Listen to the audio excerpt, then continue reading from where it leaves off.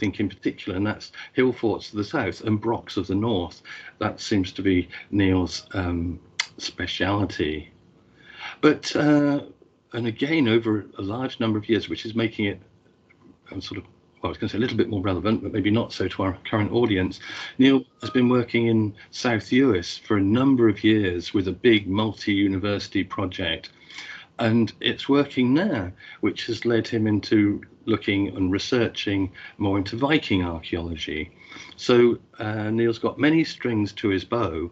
And not only that, he's excellent publisher. He's got a superb publication record. I counted up 11 monographs and books, Niall. I've probably maybe missed out a couple. But God knows.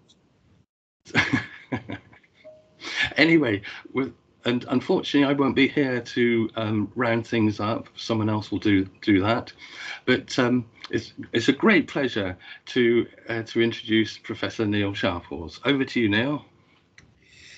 Thank you very much, Colin. It's great to be here. I feel slightly a fraud for being here. I did originally sign up for this conference because I thought I take any opportunity to return to Scotland, because I very much regard myself as being on the periphery of things by being down in Cardiff, because I'm a long way away from the area which is closest to my heart in terms of research, which is the island of South Uist, where I have been doing research since 1991, I think, starting off with our work on the Broch at Dún Bhuilin. And I could have given a lovely lecture which would have been very relevant to this, the topic of this conference, the Edge, about brochs and their position on the edge, literally on the edge of the continent here at Dún Bhuilin, but on the edge of things in general, and the edges of brochs, the huge monumental walls that they have. But when I suggested a series of papers to Colin, or a couple of papers to Colin, he chose a second topic, which was the topic of hill forts, which is one of my other main research areas. And it's these monumental structures that dominate our understanding of the period immediately preceding the Roman invasion of Britain, the Iron Age, that I'm going to talk about in this lecture. And like all good lecturers in universities, I'm going to just prefigure what I'm going to say by highlighting the sort of divisions of the lecture. So I'm going to start off talking about the importance of boundaries in a geographic sense. Then I'm going to talk about the nature of boundaries that define hill forts, the purpose of those boundaries. Then I'm going to give some sort of social theory about the importance and significance of boundaries and bounded societies. And then the last topic I'll look at will be the ritual and magic in the Iron Age of this area of bounded societies that I'm looking at. And hopefully I'll conclude with some general points of relevance. So, boundaries have existed throughout prehistory, and when wrapped around a particular place, they are used to create divisions between groups inside and outside the boundary. But they can also traverse the landscape, dividing what has once been a uniform, undifferentiated space into distinct parcels that can be appropriated, separated, and differentiated. The size and significance of boundaries varies considerably, and the relative effort made in their construction identifies some boundaries as what I would call monumental. That is, built to a size that exceeds any requirement for a purely functional definition of the space defined. The first millennium BC is a period when boundaries, hang on, I think I'm one ahead. The first millennium BC is a period when boundaries become a very important part of the archaeological record and effectively define the way we research the period. In previous periods, such as the third and fourth millennium, boundaries were used to define special places where people gathered for feasts and to exchange precious stone axes and high quality ceramics, cattle and other animals, and they were very much ceremonial centres but weren't occupied. In the second millennium BC, when we do see monumental boundaries, they're used to divide up the landscape, and they create fields and define large sort of territories or sort of much larger areas or units of the landscape. However, as we move into the first millennium BC, boundaries become closely associated with domestic occupation, and monumentally bounded settlements or hill forts become a common feature of the landscape, in the landscape. In some areas of Britain, such as the chalk downlands of Wessex, there are periods of the first millennium BC when almost every location where people were living is defined by an enclosing boundary that tightly defines the area where houses were constructed and crops stored. These enclosure-dominated landscapes emerge at different times in different areas, and there are some parts of the country where they are conspicuous by their absence. There are also significant geographical differences in the types of enclosure built, with important differences in the average size of the area enclosed and the amount of effort put into the building of the boundary.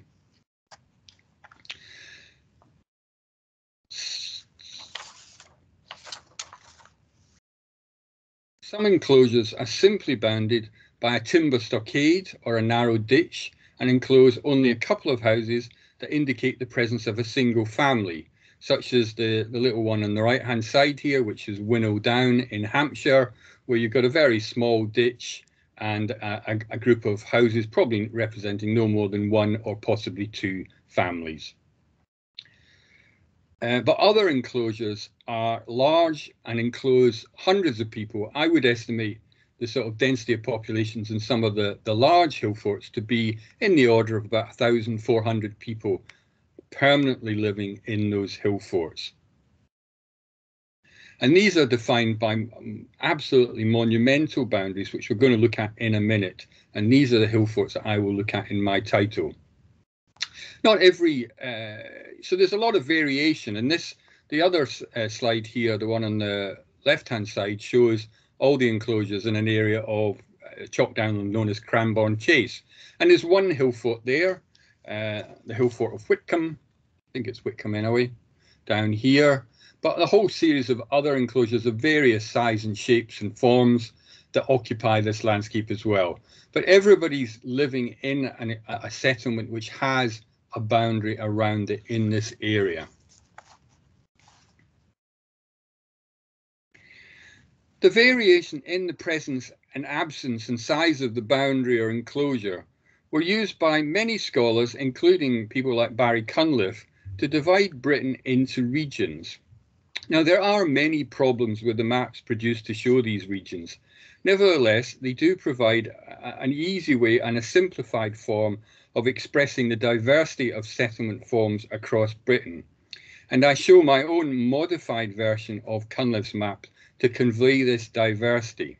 And the point I want to get across here is that I'm only going to talk about one area, which is the area sort of down here in central southern Britain, and it's characterized by these bounded monumental enclosures. But there are other areas which do not have monumental bounded enclosures. So the whole of eastern England, essentially that green area, people are living in open villages scattered across the landscape in this area. So in this period in time, Britain is very regionally diverse. There is the open settlement areas of eastern England. There are areas with small single farmsteads defined by boundaries. There are areas of large hill forts, this dark blue area here. There are areas with many, many smaller hill forts. And then there are areas around the periphery, around the Western Isles and the Northern Isles of Scotland, where monumental houses are the sort of default settlement category. So this is the area of the Brochs that have been mentioned by Frank Rennie already today. So this is a very characteristic feature and a very distinctive feature of the Iron Age in Britain, that the settlement pattern is very diverse and very different. And it contrasts with the previous period of the Late Bronze Age, which extends from about 1600 BC to 800 or 600 BC, And in the late Bronze Age, Britain appears a much more homogeneous island. And when one looks at settlements such as Cladhowen on South Uist, there are many similarities with settlements in southern England, such as Blackpatch in Sussex, or in southern Scotland, such as Normangill Rig on the borders. They are all relatively open and accessible, and they're all relatively small, housing little more than extended families. If there are regionalities in this period, they are visible in the material culture, the objects that are used. And we can imagine things like styles of metalwork distinguishing Northern Britain from Southern Britain, but they're very large-scale ornamental details that are distinguishing the differences in culture at this time. I'm going to intersperse my different units with these platitudinous sort of statements. So this just summarizes the obvious. So the point I was trying to make in that introduction is that boundaries are very important in the first millennium BC, but they're important only for particular areas of the country. So what are these boundaries? I'll look at and give you some example of boundaries by looking at some of the excavations that I've undertaken. I'll just do a couple and then I'll focus on the main case study that I'm going to talk about. So I've done quite a lot of hillfort excavations now, almost all of these in southern England, though I have done a couple in Scotland in my youth, but most of the ones that are relevant are the ones in southern England. And actually, the largest hillfort in Britain is not Maiden Castle. The largest hillfort in Britain is arguably the largest hillfort in Britain is this site at Ham Hill in Somerset, and it's immediately outside the town of Yeovil. So if you've been to Yeovil, this is the sort of country park for Yeovil. It is 88 hectares. It's a very, very big hillfort. It's comparable to what we call continental Oppida. It's much, much larger than almost all of, well, it's much larger than the large majority of hillforts in southern Britain. It is a spectacular site, and now it's also the only source for good hamstone building material, which is a sort of conservation requirement for all the villages in South Somerset. So all these villages here that you can see immediately around it include beautiful medieval buildings and modern buildings made out of the stone that has been quarried from Ham Hill. And as a result of this quarrying, and here you can just about make out the extension, the big area that we dug, all of this area has been quarried away, but they want to quarry even more of it to maintain the architectural fabric of South Somerset. So we were encouraged to dig, do some digging here in 2011 to 2013. I worked here with Cambridge Archaeological Unit, and we did a series of excavations. Now, the most relevant one for our talk today is the excavations of the Rampart up at the top here, where it's particularly well preserved and highly visible. At this point, where you can see our students walking up the Rampart, it's a very substantial boundary. This is definitely what you would call a monumental boundary in this area. And the ground drops steeply, and there's at least two other ramparts as the ground drops steeply to the Somerset levels below us.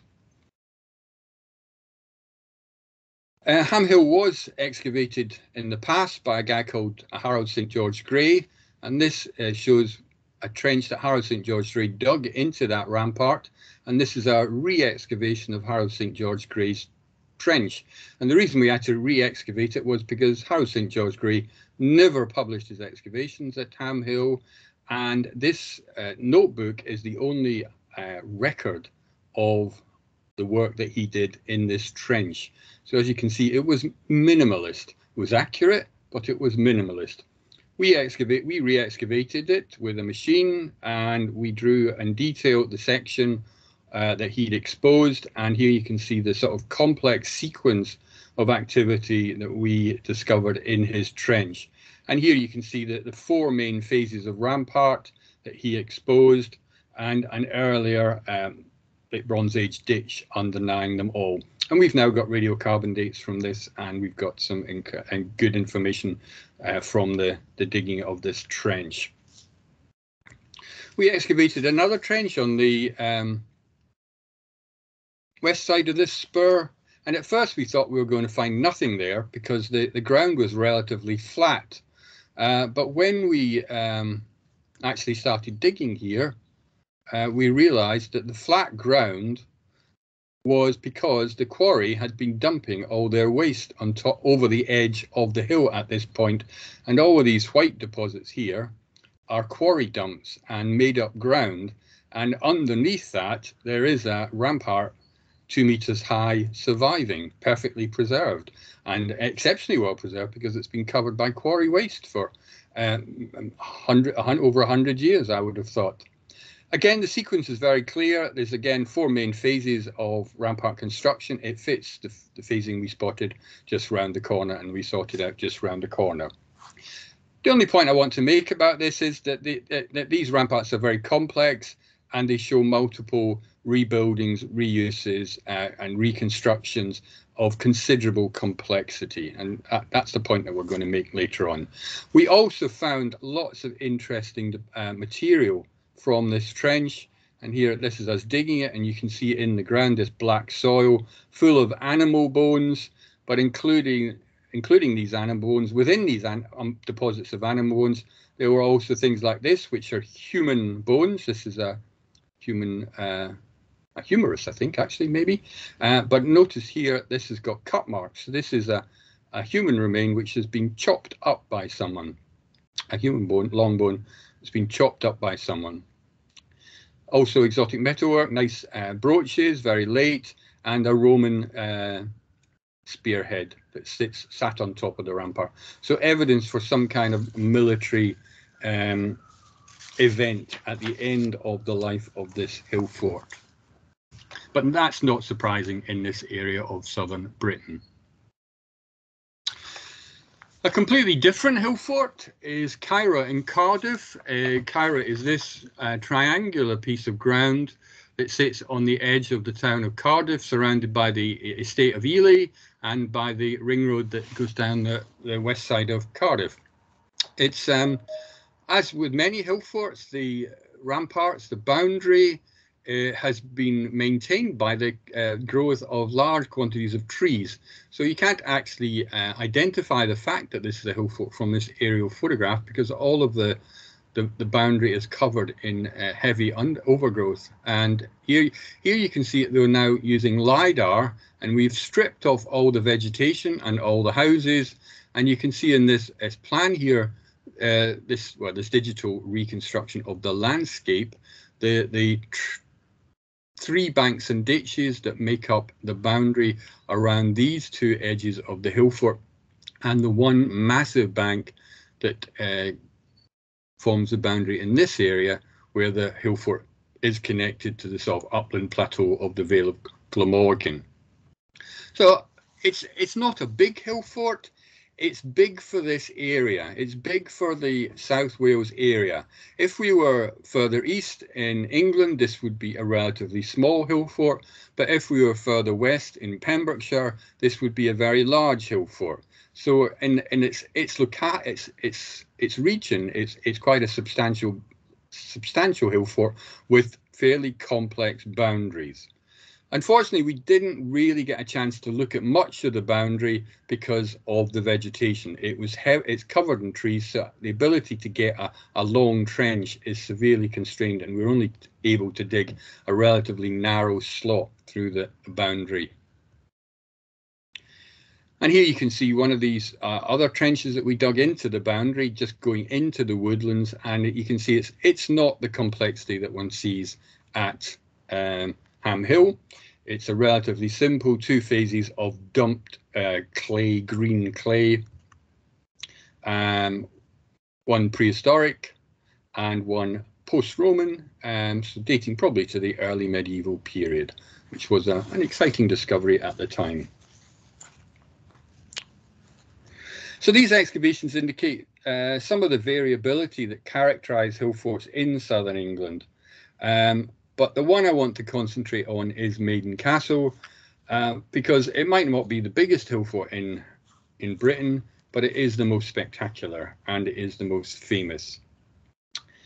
It lies just outside Dorchester, the county town of Dorset, and I thought it is a very famous monument, and I thought I'd read you Thomas Hardy's description because I'm in an arty audience. I'm sure you will appreciate it. At one's every step forward, it rises higher against the south sky, with an obtrusive personality that compels the senses to regard it and consider. The eyes may bend in another direction, but never without the consciousness of its heavy, high-shouldered presence at its point of vantage. The profile of the whole stupendous ruin, as seen at a distance of a mile eastwards, is clearly cut as that of a marble inlay. It is varied with protuberances, which from hereabouts have the animal aspects of warts, wens, knuckles, and hops. It may indeed be likened to an enormous, many-limbed organism of antediluvian time, lying lifeless and covered with a thin green cloth which hides its substance. Quite an evocative description there by Hardy. And he lived just below it. He lived just over there. And he was very interested in archaeology, so he liked this site. It's actually on a fairly low ridge of downland, of chalk downland, and it's in a landscape that is now currently heavily cultivated and given over to arable agriculture, but probably in the more recent past it would have been under grass and be mostly to do with grazing animals. You can see from these slides, it is a very impressive monument, and the ramparts are exceptionally large and imposing boundaries. There are 4 boundaries. Sorry, hold on, I'll just get back to my text. The rampart is enclosed by ramparts and ditches, which survive today as extremely steep grass-covered banks with a height of up to 12 meters from the base of the ditch to the top of the bank. The hill has a long history of occupation that begins in the Neolithic with the construction of an enclosure and then a unique long mound. The first Iron Age hill fort was constructed probably around the beginning of the 5th century BC and enclosed the eastern end of the ridge. That's this phase here, this enclosure here. And this was a relatively simple single bank and ditch. In the Middle Iron Age, that's about 300 BC, maybe a bit earlier, the hill fort was considerably extended, and this began a period of intensive building that resulted in the multi-valley ramparts and ditches that are currently visible. Multi-valley just means many banks and ditches. Impressive as these banks and ditches are today, these would have been much more impressive in the past. The bottom of the ditches has a couple of meters of silting, and the ramparts have been considerably eroded over the 2 millennia since their construction. It is clear from the sections that were dug by Wheeler that the initial early Iron Age rampart was a project designed and built as a complete circuit in one big event. The Middle Iron Age ramparts, in contrast, seem to be a prolonged period of construction that involved no obvious completion, and in the entrance at least involved constant changes and reconfigurations of bewildering complexity. I have suggested that there was a season for building the boundary in the summer, and that this period of seasonal construction could have lasted for hundreds of years. The process of constructing the boundary was integral to the creation of the society that lived in the hill forts. It bound the different kin groups together and provided the central metaphor for their world view. Everything was centered around the hill fort boundary. When they were first constructed, the early Iron Age rampart was a vertical faced boundary. And you can see this in this section. These are the sections dug by Wheeler, Sir Mortimer Wheeler, when he excavated the hill fort. And you can see this sort of timber on this section through the rampart. This would have formed a timber box with a limestone facing to it. Here again, you can see the timbers going through there, and all the way along this line you can see the timber slots where the timbers would have been, and they would have been tied back here, and then the interior of the box would be filled with the chalk rubble dug out of the ditch, and then there's a bank behind the box, again dumping of chalk rubble. So the rampart is a complex construction with a very, very imposing and impressive facade to it. And this facade is even more impressive when one thinks of where this material came from. Limestone is not the local stone, it's not the local bedrock. All around Maiden Castle, it's chalk. And chalk extends up to the South Dorset Ridgeway, to the south of the hillfort, and over the South Dorset Ridgeway. To get to the limestone, you have to go over this high ridgeway and then down onto the coastal plain around Weymouth, and there you start to see outcrops of Purbeck limestone, and further on you've obviously got the major sort of quarry area of Portland, where sort of marble is almost being produced. But immediately the closest stuff is this relatively simple limestone in the beds on the coastal plain, and this is an exposure of limestone at Beminster, which is several miles away, but is the nearest kind. This is the kind of limestone that would have been available on the other side of the ridgeway. But nevertheless, this is miles away from the hillfort, and they're quarrying this limestone from these deposits and then taking them up a very steep slope, bringing them over the ridgeway and then across several valleys to get to Maiden Castle. Similarly, all the timber that's being used in this hillfort is not local. This area of chalk downland adjacent to Maiden Castle, we've got good environmental evidence to suggest that it was heavily grazed by the inhabitants' animals. There is no good quality timber in this area, and timber for these kind of structures needs to be grown in a closed woodland where it will grow straight and true. So accessing timbers like this would have required them to again go some distance from the site to get this kind of local material and bring it to the hillfort. So the construction of the rampart uses these very visually distinctive materials, and by using these visually distinctive materials which come from distant parts of the region, they are making the point of the connections of the community living in the hillfort with the other communities scattered around the landscape. So there's a clear link. When you see the timber, you know where it comes from. When you see the limestone, you know where it comes from if you're a local, and you understand the connection between the area where this material is coming from and the hillfort's inhabitants. So I think that was a very important point that was being made when this boundary was constructed. The effort expended in the construction of these boundaries is also something that needs to be emphasised. The excavation of the ditches at Maiden Castle was an incredible logistical feat that would involve hundreds of people. We were lucky to be able to dig out one of the ditches. This is the early Iron Age ditch. This is before the Hillfort Building Act really got going, but you can see how enormously deep this ditch is.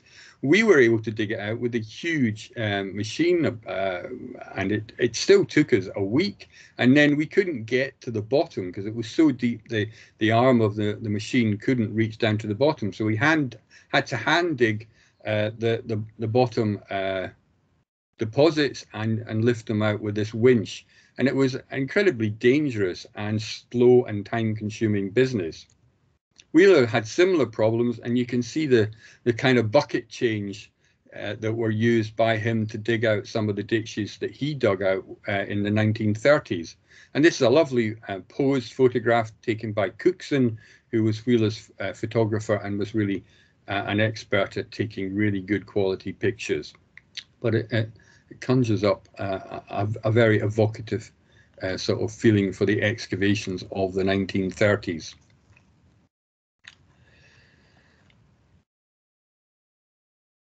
I think the original excavations would have been much less sophisticated, would obviously have been much less sophisticated digging.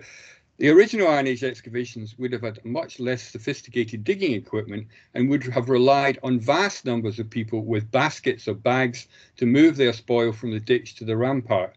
And I can't help thinking that these pictures of the Brazilian gold mines taken by Sebastian Salgado provide an impression of what the creation of the boundary would have been like in the Iron Age. A massive operation involving hundreds, if not thousands of people. However, in contrast to this picture, I think the creation of the hill forts would have involved people of all ages and sexes, involved in a range of different tasks, from quarrying and transporting the exotic materials to the location, to digging and transporting the chalk, rock and ditch silts, to feeding and caring for the diggers involved in this process of constructing, and possibly entertaining them as well. It is a massive community project which shows little or no evidence for any higher authority, such as a chief or a king. So, another banal conclusion, boundaries involved a lot of hard work. Given the amount of effort that is required to create these boundaries, it is perhaps surprising that so little archaeological thought has gone into interpreting them. For most of the 20th century, it was generally accepted that hill forts were strongholds, and the boundaries were built to defend the inhabitants from marauding armies that were roaming the countryside. And considerable intellectual effort was expended in identifying strategic routeways that hill forts were monitoring and controlling. This obsession with warfare could be seen as a natural reaction to the terrible wars Britain was involved in during the early 20th century. And it should be remembered that many of the people leading British archaeology in the middle of the 20th century had served in the armed forces during the First and Second World War. This is Sir Mortimer Wheeler and his wife Tessa, and Sir Mortimer was in the artillery regiment in the First World War, and he served in the Second World War for a couple of years before he was seconded to the archaeological establishment in India. So he was a military man to his toenails. You know, he thought of himself as a military man, and in his books you can see that very, very clearly. Other OGS Crawford was the artillery in the First World War was the training ground for many archaeologists. OGS Crawford was another one, and it was because of the surveying skills they got in the artillery. In the Second World War, we've got the Intelligence Corps, which were analysing aerial photographs. And here you can see Stuart Piggott, Professor at Edinburgh, Glyn Daniel, Professor at Cambridge, and Raleigh Radford, who wasn't a professor anywhere, but is still an important figure in archaeology. So these individuals were taught to appreciate defensive strategies, and they applied this knowledge to their archaeology. It's only natural. It was only in the latter part of the 20th century, when a new generation of archaeologists became influential, that the obsession with warfare was critically challenged and deconstructed. Many archaeologists have found these critical arguments convincing, and the idea that hill fort was a defensive stronghold became less and less popular. However, there's still a large group, particularly of archaeologists in the popular sphere, who are reluctant to discard the importance of warfare as the key to interpreting hill forts. And the ubiquitous use of the term defences, which I've probably used occasionally in this lecture already, still lingers as the default term to describe the boundaries that define these monuments. In many respects, this interpretative vacuum for understanding the boundaries was the fault of the new generation of critical thinkers. The new theories that interpreted the role of hill forts focused not on the boundaries, but on the activities undertaken within the boundary of the overall social significance of the hill fort. So the new archaeologists of the 60s and 70s and 80s and 90s, they looked at the economy of the settlement, the trading relationships, the agricultural activities, the trade, the prestige activities and things like this. That's what they were interested in. They were trying to fit these settlements into a framework of economy and society. And the focus of interest had shifted from what they thought of as the edge to the centre. and this was particularly visible in the excavation of hill forts. In the 1930s, 40s and 50s, excavation of hill forts had tended to concentrate on the boundaries, with little work being undertaken in the interior. You can see this at Leslie Alcock's excavation at Castle Odo, all of the trenches around the boundary, with only one house explored in the interior. But all of this exploration of the boundary. And some of these trenches, this one by Nash Williams at Clanmellan in Wales, were narrow, but they were still used to provide complex histories of these boundaries. In contrast, in the 70s, 80s and 90s, excavations were focused on the interior of the hill forts, and comparatively little work was undertaken on the boundary. The most obvious example of this was the excavation at Danbury undertaken by Cunliffe. He spent over 10 years digging this hill fort, and as you can see from this slide of the excavation plan, a large area of the interior was stripped and recorded in detail. Excavation of the boundary, however, was limited to this one single trench, and it's, as you can see, not a big trench. Though the entrance was also excavated, so we did a bit there. Even when it was realised that the best archaeology was in the area immediately adjacent to the rampart, the trenches were carefully controlled to stop once the occupation deposits were identified, and excluded any consideration of the nature of the boundary. So you can see these trenches go right up to the edge, but they stop, they don't go into the boundary, and they don't consider the boundary at all. They're all about the occupation that packed itself in immediately behind the boundary. My excavations at Maiden Castle were similarly located to explore the interior of this great hill fort, and none of the research objectives were designed to address the nature or significance of the massive boundaries. So this is my big trench here, and this is a Wheeler trench and another Wheeler trench, and you can see Wheeler punches through the ramparts, but my trench just stops at the bottom of the ramparts and doesn't venture into them. And again, here you can see that trench just stopping there and not exploring the ramparts. So boundaries are poorly theorized. That's my banal conclusion for that section. I would argue that the key to understanding the significance of the boundary lies in its definition of the enclosed community or group. And I think the best way of explaining this is by considering the work of Mary Douglas. Mary Douglas is a very famous anthropologist. I'm sure most of you have come across her work, and she's particularly famous for archaeologists for her book on purity and danger. But I know Colin also likes her book on risk and culture. But she's written widely, and she's more regarded as a sociologist, I would have thought, in her latter years. Douglas believed that all societies had a social context from which they constructed a cosmology that sanctioned their behaviour and justified it to other members of their community. Her social model, which was expounded in this book, Natural Symbols, but is expanded on in some later journal articles, is based on the grid and group, the two dimensions of grid and group. The grid, which identified variations in individuation, and the group, which identified variation in social incorporation. The grid axis is based on the temporary coming together of age set or gender groups. It depends on an individual leader whether they can successfully bring these together for any length of time. The group axis is one of movement towards tightly knit closed groups, also of permanence with recognizable signs of inclusion and exclusion. Dimensions are expressed in this diagram of Mary Douglas's, which in a simplified manner describes four extremes societies. In square A, societies that are strongly competitive, where individual authority was highly prized. In square B, there is no strong groups, but individuals aspire to roles which prescribe and constrain their behaviour. In square C, individuals belong to closed groups that are clearly structured, normally in a hierarchical fashion. In section D, the defined groups are critical, but the internal structure of the group is undifferentiated.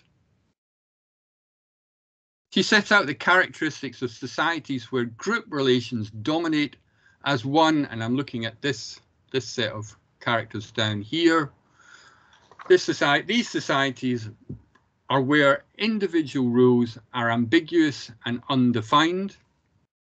The individual is self-subordinating to the group. Leadership is precarious. There is a complex cosmos. Boundaries are the main definers of roles. You are either a member or a stranger. Magical danger is associated with the boundary, and society is preoccupied with rituals of cleansing, expulsion, or redrawing of these boundaries. Now, to Mary Douglas, these boundaries were metaphorical, but when I read Mary Douglas, I think of these boundaries as physical and symbolic. When I read Mary Douglas's work, I was struck by how closely her description of the group-focused societies matched my understanding of Iron Age societies of southern Britain, where hill forts were the dominant settlement form. It made much more sense to think of the boundaries that surround hill forts as concerned with the organisation of these societies rather than as a response to external threats. The threat was not generated by armies roaming the countryside, but rather by the paranoid belief systems of the occupants of the settlement. Furthermore, the social significance of the boundary made much more sense of the archaeological evidence that we find associated with these ramparts and ditches. And it also made much more sense of the amount of effort, excessive effort, that was put into constructing these boundaries. So, boundaries result from the belief systems of the occupants. A good example of the social importance of the boundary, and this is where we venture into sort of ideas of ritual and magic in the Iron Age of Wessex.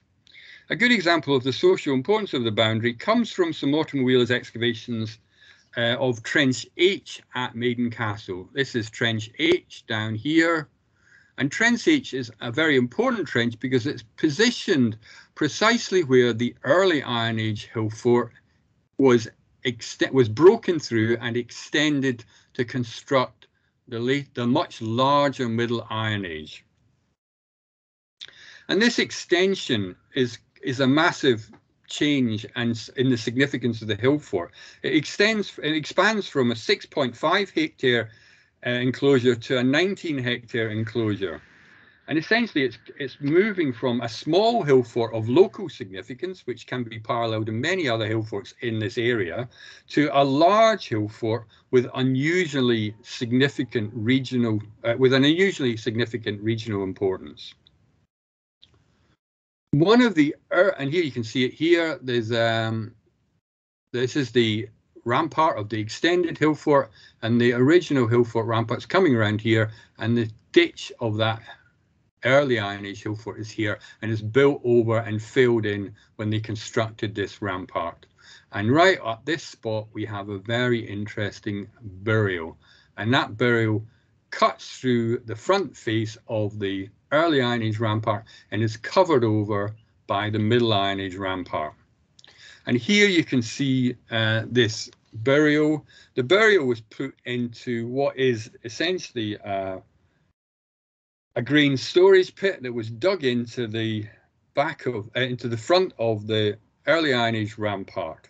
But this storage pit could never have been used for storing grain. So it's a copy of a functional pit, but it didn't have that function in this position.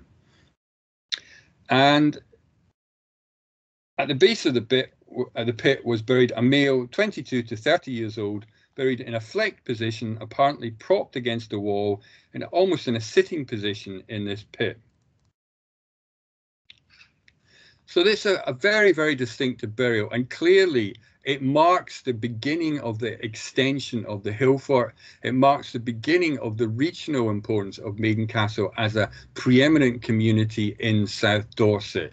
And at this point of this symbolic act of building this boundary, they buried this individual. So it's a very important burial at a very important position. Doing for time. Okay, all right. One of the earliest acts during my excavation of the early Iron Age rampart in the area immediately north of this trench, I found another grain storage pit, this time dug into the back of the rampart.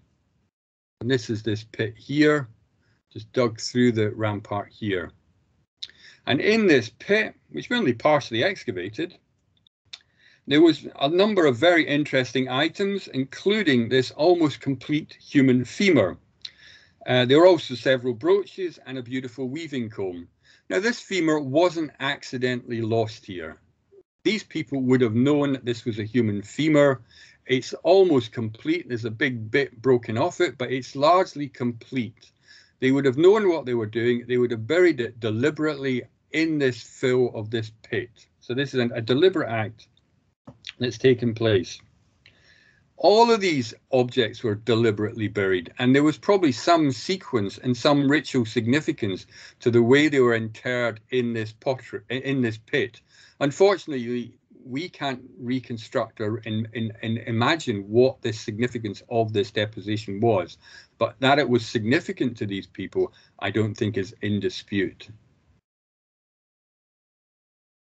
These are not normative burials. The death rituals of the bulk of the Iron Age population are largely unknown, and it has long been thought that they were disposed of by some form of excarnation practice, that is, exposure to the air on platforms where they are consumed by birds and other wildlife. This would leave only isolated bones, such as that found in Trench 2. However, recent evidence has suggested that this is unlikely, and I have argued that cemeteries such as the one at the enclosure of Southern Farm, excavated by Barry Cunliffe, are a more likely indication of the burial rites of the majority of the population. Individuals are buried in large quarry-like pits on the edge of the settlement. So there's a big sort of quarry pit over here, which is on the edge of this original enclosure, which just was a single boundary. And in that quarry-like pit, which is marked in yellow on this map with a later boundary cut across it, this pit was only partially excavated down here, but in this area they found 34 individuals, and the evidence suggests that the whole of this quarry was filled with bodies, and that there are at least 300 adults, 180 adolescents, and 80 infants in this quarry. This is enough to suggest that this is a kind of normative burial practice for at least this settlement. And I would actually argue that this is what we would expect to find in many other areas of the Wessex chalk downlands, that these kind of quarry pits are the important kind of deposits for most dead bodies. The important point is that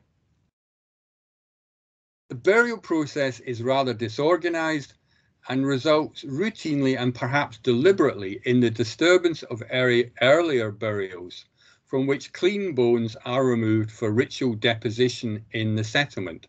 So this is the source of that femur. The irregular nature of the burial and the overall mixing of the individuals appears to be a deliberate attempt to create a communal burial practice and to reduce the significance of the individual members of this community. So moving away from human burials, we'll look at some of the objects. At the hillfort of Danbury, the significance of the boundary is marked by the deposition of 3 collections of iron objects that include some important, largely complete items which are not in any way can be regarded as rubbish. All of this stuff could be recycled and remade into new iron objects. These hoards all date to the latter part of the occupation, when iron has become a commodity that is being produced by specialists in regions where good quality iron can be sourced, which in southern England includes the Mendips, the Forest of Dean and the Thames Gravels south of Reading. After smelting, the iron is made into what are called currency bars.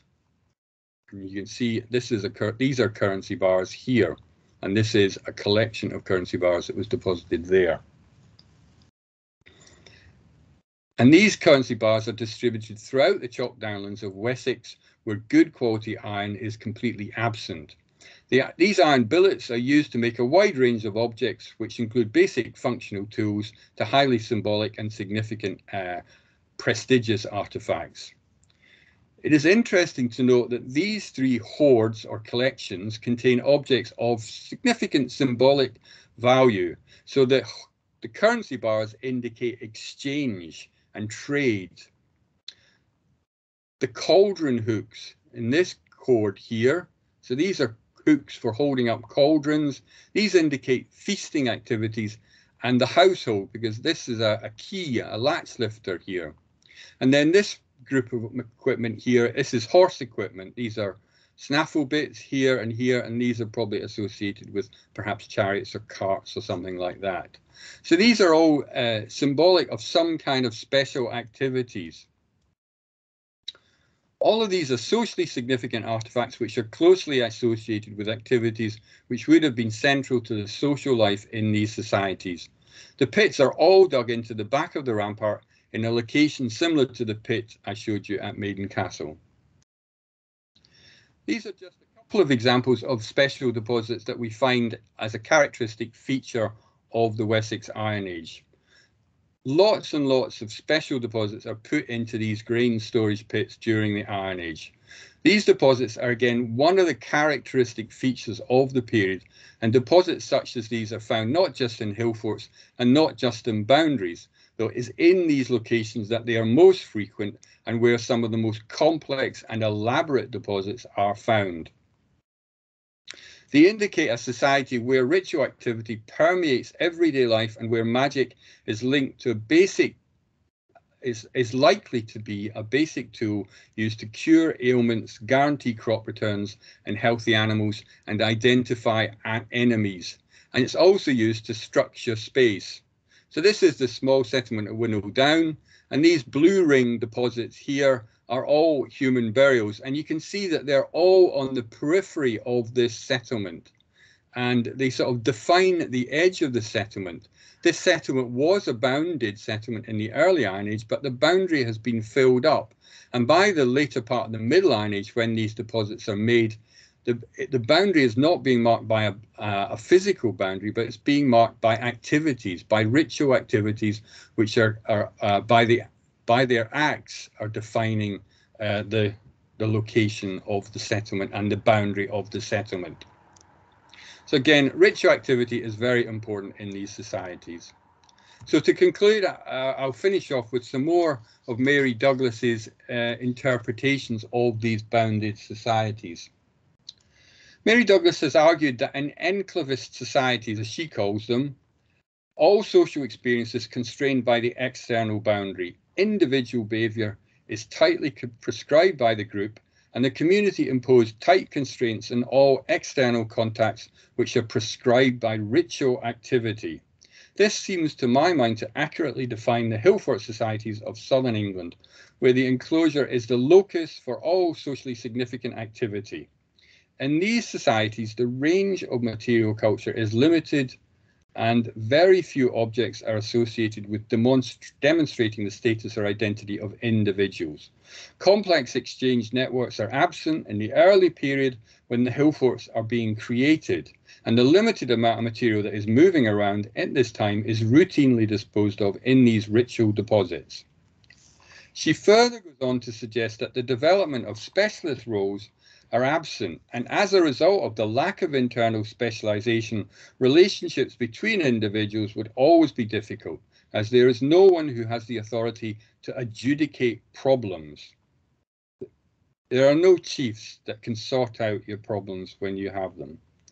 The difficulties this causes routinely results in internal conflicts that are difficult to resolve and which can result in the departure of members of the community who are deemed to be problematic.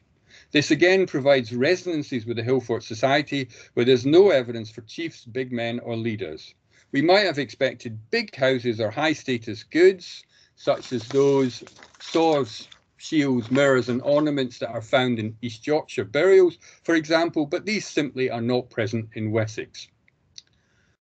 Many of these hillforts are short-lived, and phases of abandonment and then reoccupation are relatively well documented and indicate the fluctuations in social organisation.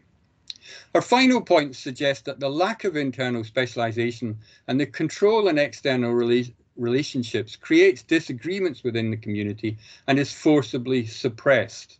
The resulting ill will encourages covert plots to expel members, and the remedy for these disruptive elements is a further emphasis on the ritual activity on the boundary by the members who wish to preserve the community.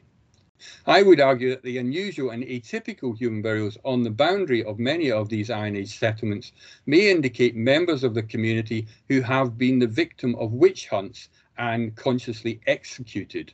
And we do have some evidence for people being deposited in these pits that have got their hands tied behind their backs. The unusual amounts of effort spent by these communities in developing and elaborating the Middle Iron Age hill forts is extraordinary and suggests they were desperate to preserve these communities. Ultimately, this effort was unsuccessful, and these communities appear to have been transformed long before the Romans invaded Britain. As Douglas argued, the lack of clear hierarchical structures in these communities tend to keep them relatively small, and their long-term persistence is therefore unlikely. However, this conclusion may reflect her innate conservatism rather than an inevitable historical truth. So that's me, and there's a few conclusions about Iron Age society. But I hope I've demonstrated here that the boundaries of these communities are actually central to the existence of these communities. And that, I think, is the banal observation I would make to close this PowerPoint. Thank you. Well, thank you very much, Niall. I'm going to chair the questions here now, and we have a question from Jane Downs, who's asking, the interpretation of boundaries is compelling. I wonder if it also connects with what Colin was talking about yesterday, drawing on Gel's work and rapping.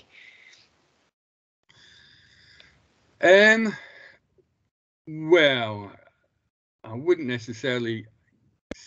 Well, I have problems with Colin's use of the analogy of rapping. I think he overuses that analogy to a certain extent. So I wouldn't go all the way of supporting Colin's generalizations about rapping. And rapping, to my mind, is less helpful than the idea of the boundary and the edge, actually, I think. And they're all just words that are used to try and help you understand what we're talking about. And I think rapping, to my mind, isn't a helpful analogy to help us understand these societies, but other people might disagree, including Jane. I have enabled you to unmute, Jane, if you want to come in. Hi, Niall. I suppose I was also thinking as much of that idea where the society is in a constant state of needing to kind of, well, in the Polynesian example, prop up the world in case it collapses in on itself. So rather than having a transcendental being as a god, it's that constant negotiation. And I suppose I meant that more than rapping in terms of how people are negotiating with the cosmos. Yeah, I think they're constant. I think the way I see her interpretation of these societies is that there are multiple interpretations of how the cosmos is working, and that they can be very flexible and they can be very variable within these societies, because it's open to debate. So everybody can debate about these societies. There is no authority. There are no religious authorities who are dictating what is or is not the correct way of thinking about these societies.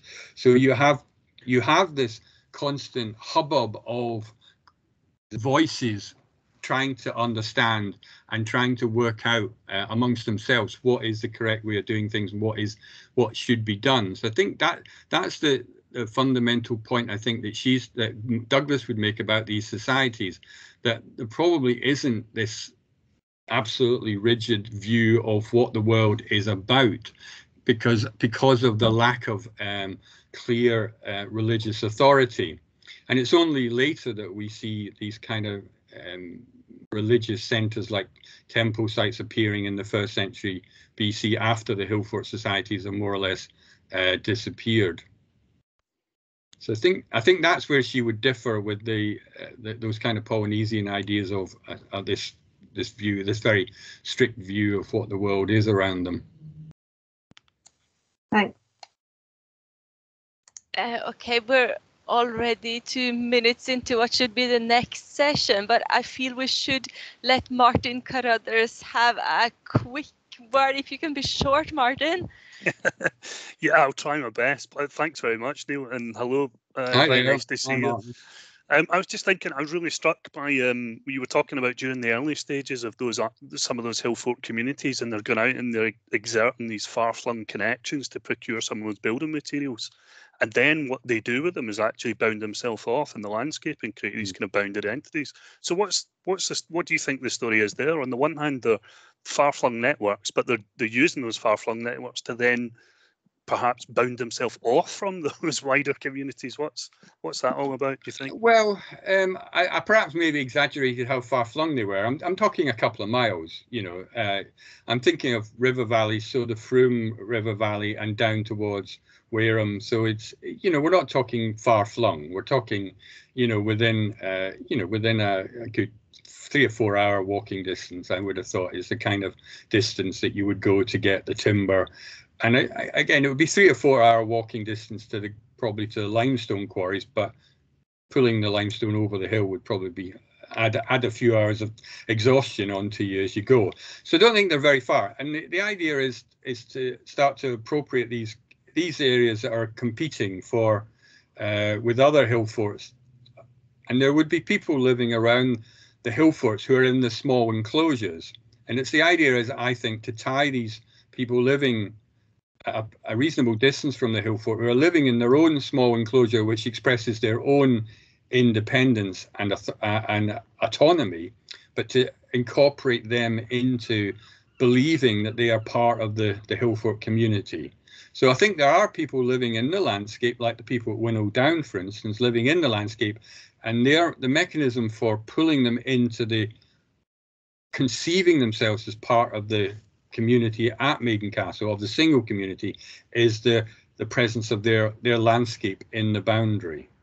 And so that's what I think they're trying to do. And also by tying them in, by making them come to the site in the summer to build the rampart, because I would imagine they're taking cereals and foodstuff off of them in the winter, and so that by the time they get to spring, the individual communities scattered in the landscape will be running low of resources, and they will have to come to the building of the ramparts to get enough food to survive.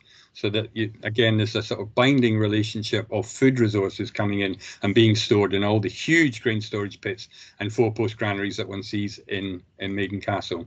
So it's how you connect the distant communities with the big community. Thank you very much. I'm afraid I'll have to stop you there. That was a very interesting discussion. It's a shame to stop it, but we have the next session is rearing to go. So in here, we'll have session 5, urban and liminal and contested spaces. And in the breakout room, we'll have Mandy Haggett's round table. So I'm handing over now to Matt Sillers to chair this session.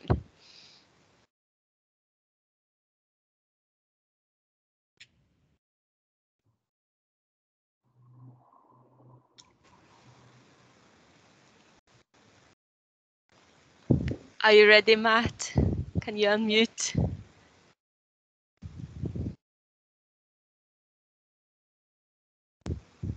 Okay, so when you're ready, we can just start urban, liminal and contested spaces in here. And those who have requested to go to Mandy Haggett's round table, the liminal zone instead, should be over there just about now. Hi, Raggy. For some reason, the microphone mute button's taking a long time to process. Can you just give me the thumbs up if you can hear me? Ah, that's excellent. Rebecca's giving me the thumbs up. That's great.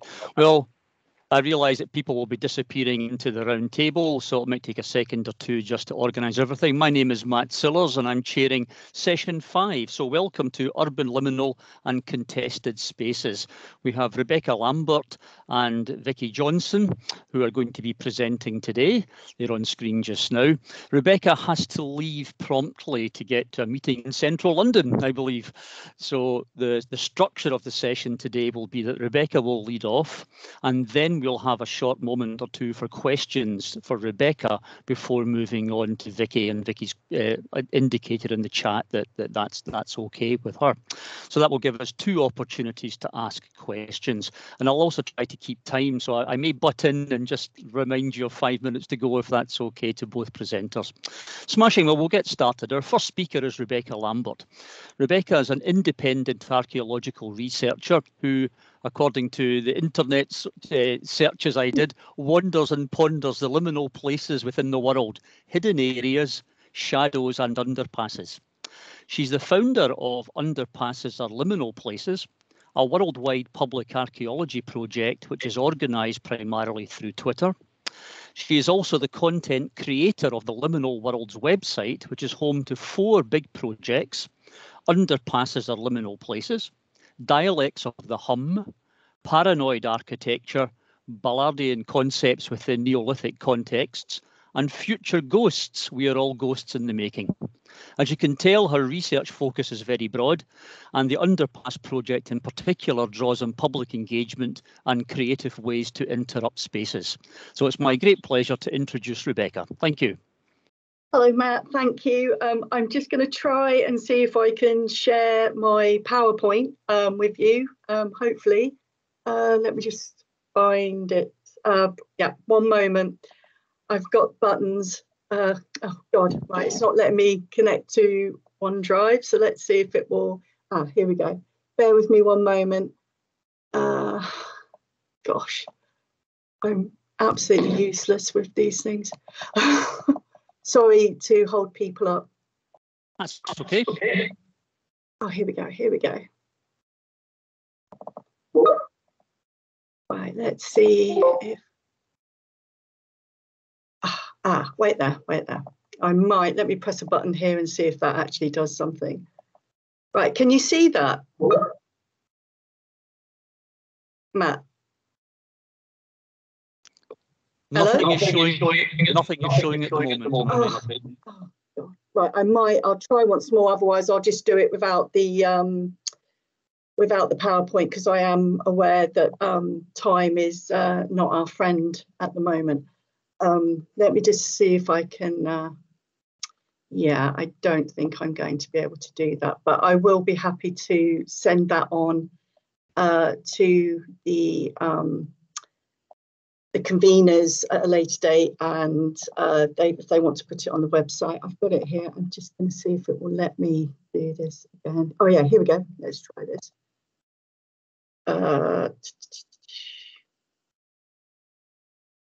Yeah. Oh yeah, here we go. Send link. No, it's not going to let me. Oh wait, there. We've got something coming in here. Oh yeah, sorry. Now I'm just getting flustered by stuff. So I know that Jo has my PowerPoint. So if she's still in the session, if she wants to upload it, that would be awesome. But if not, I will get going if you want me to, Matt. So yes, please get going. I will text it. I'll use the chat box to contact you. Thank you. Okay, so sorry about that, everyone. Hello. I am reading off a script as well, so bear with me if I'm not making eye contact. Hope you're all well, and thank you for coming to join us today. There we are. So it does run, so hopefully this will all run to time. Before I begin, I'd like to say thank you to the conference organisers for accepting my abstract for this Urban Liminal and Contested Spaces session. I would also like to thank Dr. Antonia Thomas, Anne Bevan, and Professor Ingrid Mainland, who encouraged my Underpasses research whilst I was a postgraduate student at UHI.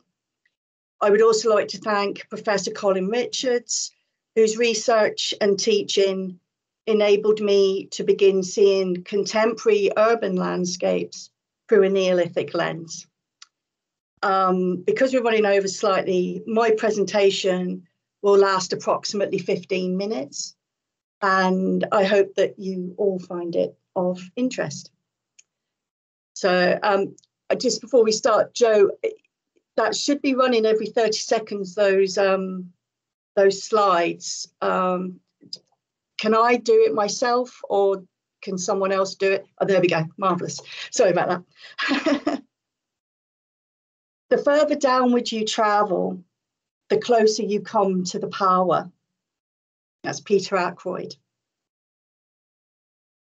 Underpasses are to be found within many towns and cities.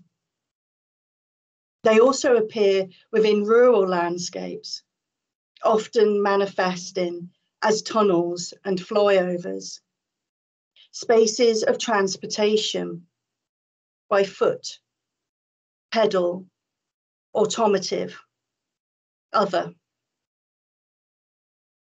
Movement equals transition, not only within the physical, but also the metaphysical, the abstract enmeshed within the tangible. Underpasses bear witness to ritual activities and rites of passage, drinking, drug taking, communal gatherings, both large and small, acts of sexual congress. For many, the realm of the underpass is the zone in which they take their first faltering steps into adulthood, the inaugural intoxicated encounter, whether chemical and or alcoholic, the first erotic fumblings. For some, these rites are undertaken in order to forget, for others, to remember. There are those who wish to disappear, both physically and transcendentally, to ascend to something beyond. Initiating euphoria to achieve higher states of consciousness, of connection with themselves, with those who are, those who have been, and those who are yet to manifest. A clarion call to both inner and outer space. We approach underpasses with trepidation, whether instinctively or not.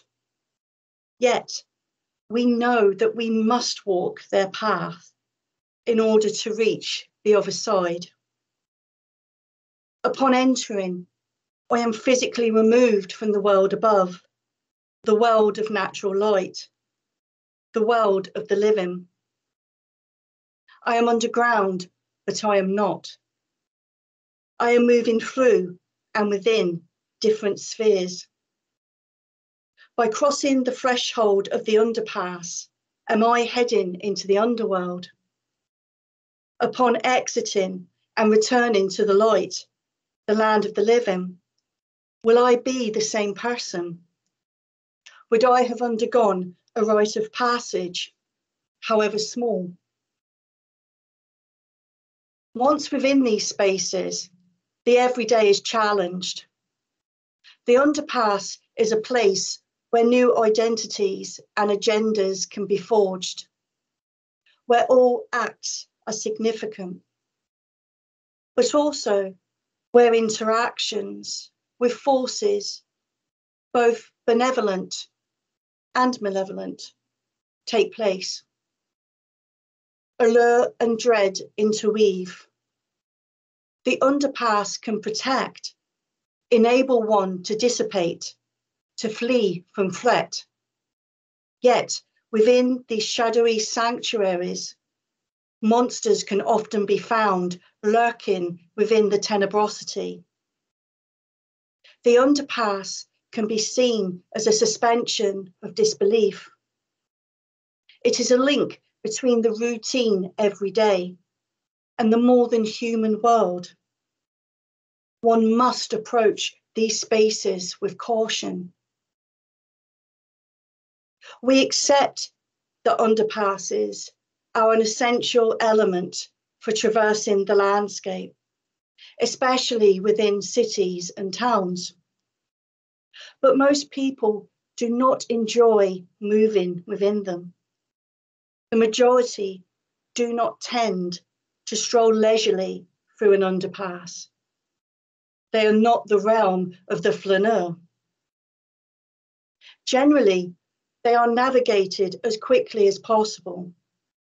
They are still replete with our fears and anxieties about venturing below the surface. Their modern concrete frames are incapable of subduing the powerful pulses that continue to emanate from these semi and fully subterranean interzones. Spaces emitting signals that are still detectable, if only subconsciously. The hum continuing to exert a potent hold on the imagination. As the artist Mark Leckey has said, I had a sense of being propelled into the future, while at the same time reversed into the prehistoric past, a past which held an animistic idea of the world, in which rocks and trees could speak. Underground spaces are full of dark and invisible recesses. They harbour the potential for subversion. Places where illicit assignations can be negotiated and conducted. The pressure of the old earth lending more fervour to the scene. Within underpasses, it is dark and often poorly lit.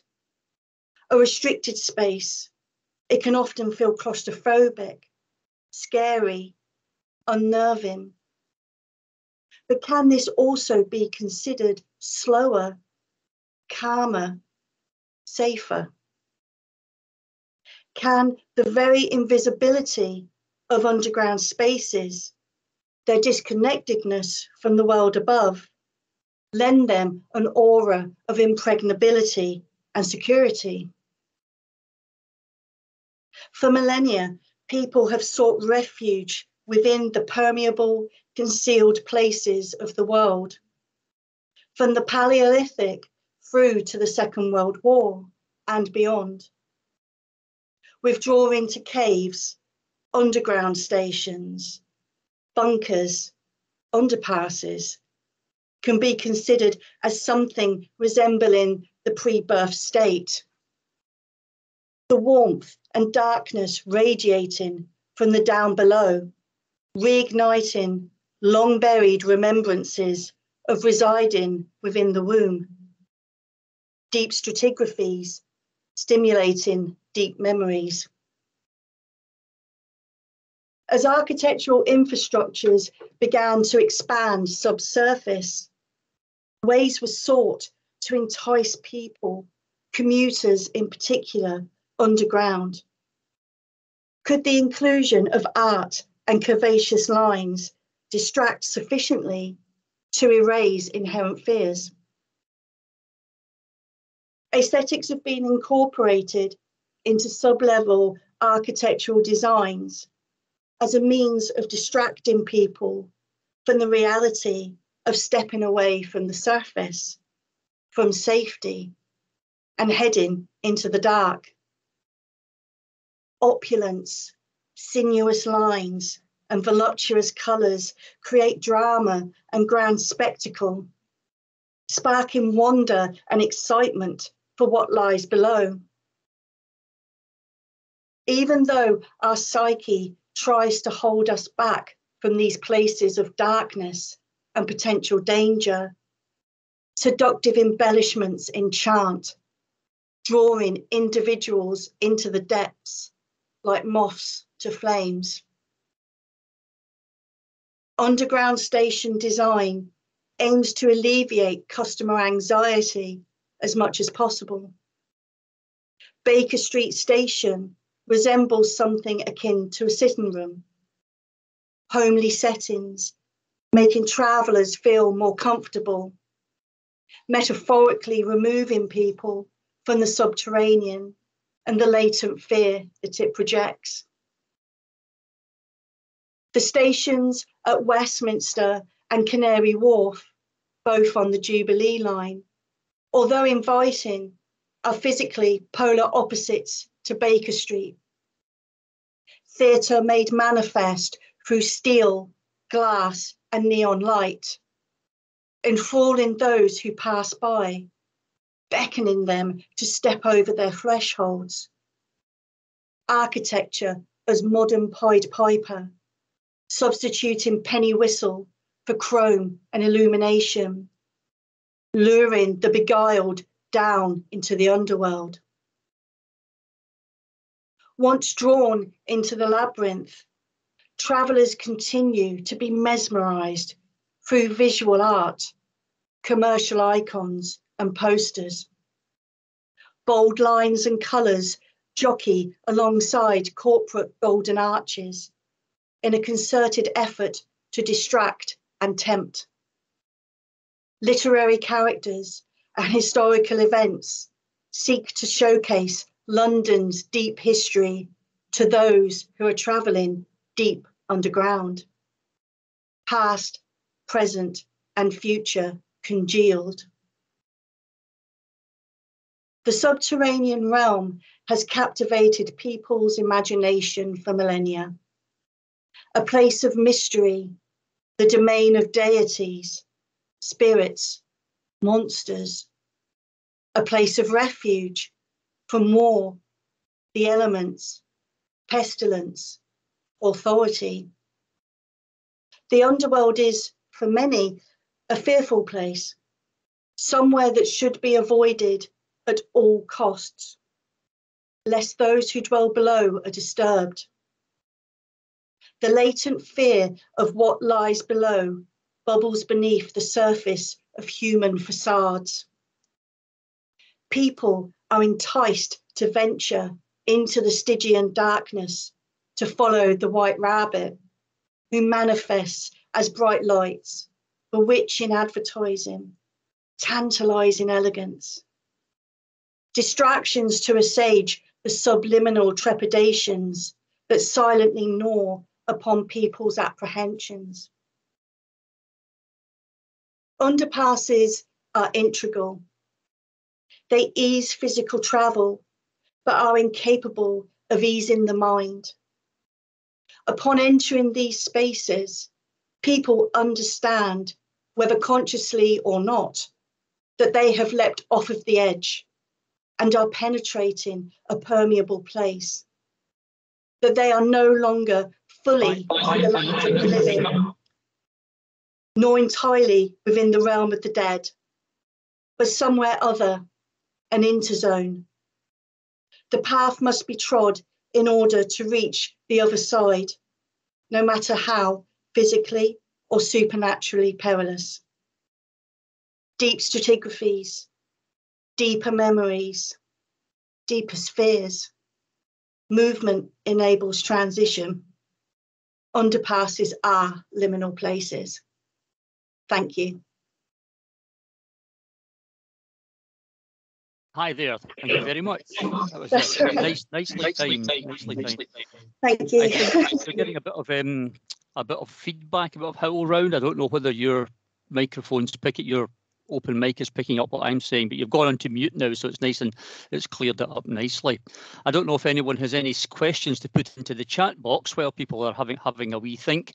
I'm interested because I've been doing a little bit of research on a local underpass in Inverness as part of a project on a street which has an underpass in it, and I've been interested in Foucault's heterotopic spaces, the idea of heterotopias, and I wondered if that was something which you had considered in your own research. Yeah, I have. I have engaged with Foucault through not just the underpasses research, but through other of the projects within the liminal worlds, and heterotopias are interesting. For myself, when I write, although I obviously come from a theory-based background, because the works that I create now are created primarily for a general public audience, who I'm not dumbing it down in any way, because people are incredibly intelligent, incredibly intuitive. I try to, how do I put this, bring these works from somewhere deep inside, so to speak, and we talk a lot about psychogeography and how psychogeography is very deeply rooted within theory. But I and some colleagues of mine refer to ourselves as landscape punks. And a landscape punk is, I suppose, a modern iteration of the 18th century romantics, 18th and 19th century romantics. When we're out, we don't think, we just feel, and we just let, whether it's a good or a negative experience, we just throw ourselves into the stum and lang, so to speak, and then the thinking can take place later. And yeah, so with Foucault, his work does permeate. And it is really easy to lose yourself in theory within these spaces.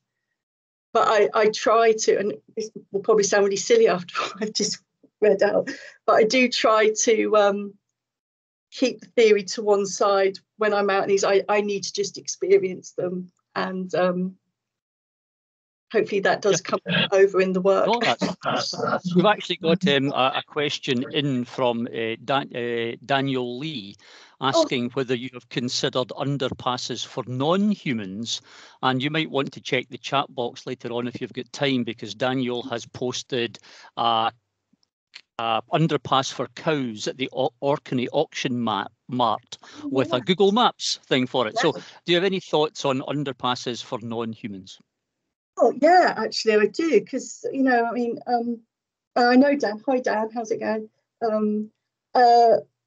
Because I know that we have there's lots of people in the world who, you say the word liminal, it's almost coming up to level off with that other word, ritual, that gets thrown around a lot. And for me, it's derivation. It's about thresholds, and not just physical thresholds, but abstract thresholds.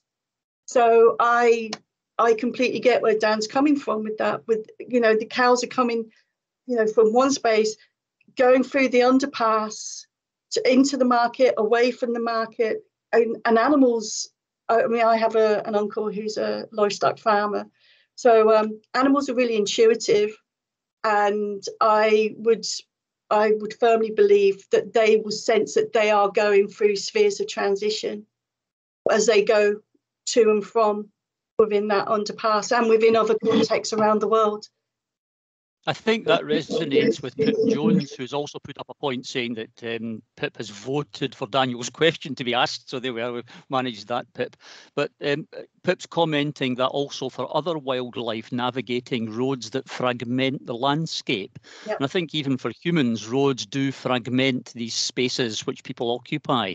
Yes. So I think that fragmentation nature is quite useful, and the underpass is a way of interrupting that. But Pip's asking about other wildlife. Yeah, so as I just kind of said there, Pip, I think it's, it's not just livestock that we can consider within these contexts.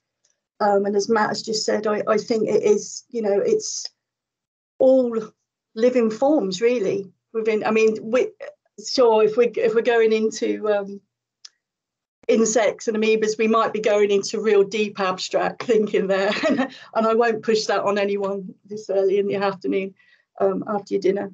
But yeah, I think to only consider the liminal for humans is, dare I say it, a bit narrow-minded. I think we'll have to leave it there, Rebecca, if that's okay. And I appreciate that you're tight for time as well. So thank you very much for your contribution. And if you're able to pass your presentation on, well, you've passed your presentation on to Joe, but people may be able to contact you at some point in the future. Absolutely. I'm on Twitter at Lady Liminal 1, Large L's. The photography that you saw today, all my photographic work is on Instagram. Lady Liminal lowercase l's, Lady Liminal 1, sorry, lowercase l's. And you, if you contact me on Twitter, if you have any questions about my research, please just drop me a line privately and I will respond. And thank you for taking the time to listen to my thoughts today. I really appreciate it. And thank you, Vicky. Joe has just popped your details into the chat box, so people can copy that out. Excellent. Thank you very much. Thank you. And our second speaker today is Dr. Vicki Johnson, who is the Director of the Centre for Remote and Rural Communities at the UHI. With over 20 years of experience leading international teams in the NGO sector, her research interests include understanding how marginalised people can be supported as agents of change, focusing on gender-sensitive and child and youth-centred research. Her work includes carrying out creative and participatory action research, large-scale qualitative research linking theory to policy and practice. She is an advisor on collaborative programmes of research, including the Research Expert Forum for the Consortium for Street Children, a research programme on rural youth opportunities, and on harmful children's work in sub-Saharan Africa. She is an honorary associate for the Institute of Development Studies and on the board of the Childhood Research Stream of the European Sociological Association and the Pesticide Action Network. And it's my great pleasure to have her make her presentation this afternoon. Over to you, Vicky. Thanks a lot, Matt, and thank you very much, Rebecca, as well. So this paper is going to explore the precarious lives of young people who are living in street situations. They face uncertainty and discrimination, so may need various support because they're vulnerable, but their stories can actually help us to understand their resilience and their creativity, if they're listened to. I'm also reflecting, actually, as I come into this presentation, on the transnational and globally diverse situations that we've all been in during the pandemic. These findings, bizarrely, are quite complementary to our research across the Highlands and Islands on experiences of COVID and how actually the pandemic has widened inequalities and really hit people living in poverty very hard. Marginalisation can be imagined as on the periphery, in remote rural places perhaps, but actually it's central to young lives of people who are living and working on the streets in street situations.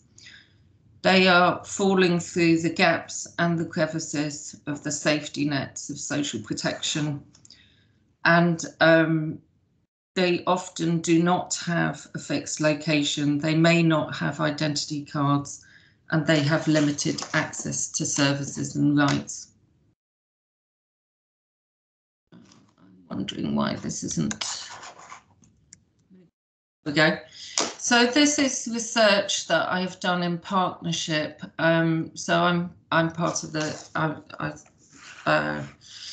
the director of the Centre for Remote and Sustainable Communities. And by remote, as you can see, this is in an urban area. I've actually conceptualised this as the feelings of being remote and marginalised within communities. We've carried out this research with Pendekezo Letu, who are based in Nairobi in Kenya. And Pendekezo Letu actually means our choice in Kiswahili. The first part of the research was funded by the UN Girls Education Initiative, and the revisit that I've just completed, literally just, is funded by GCRF3 UHI. This research is co-authored by Akari and Sarah, who are based at Pentecost Letu in Kenya. So what did we aim to do? The project's called Matani Hadi Shuleni, and that means from street into school. And Shuleni actually means into school and staying in school. But we'll look at how that has played out actually during the pandemic. So we wanted to create new knowledge and evidence about the everyday lives of street-connected girls in Nairobi. And in this latest part of the research, we wanted to revisit and understand their experiences and the impact of the pandemic. We've also been trying to share best practice on social protection interventions, and also how to listen to children and youth within that. Pentecost Letu, including the youth researchers, have been presenting actually recently at an international Rejuvenate dialogue, which is a dialogue of people working with children and youth globally. That's another project that we run from UHI in conjunction with the Institute for Development Studies. So the research framework, I mean, very importantly, first of all, it starts from the perspectives of young marginalised girls in Nairobi, who are now young women in the revisit.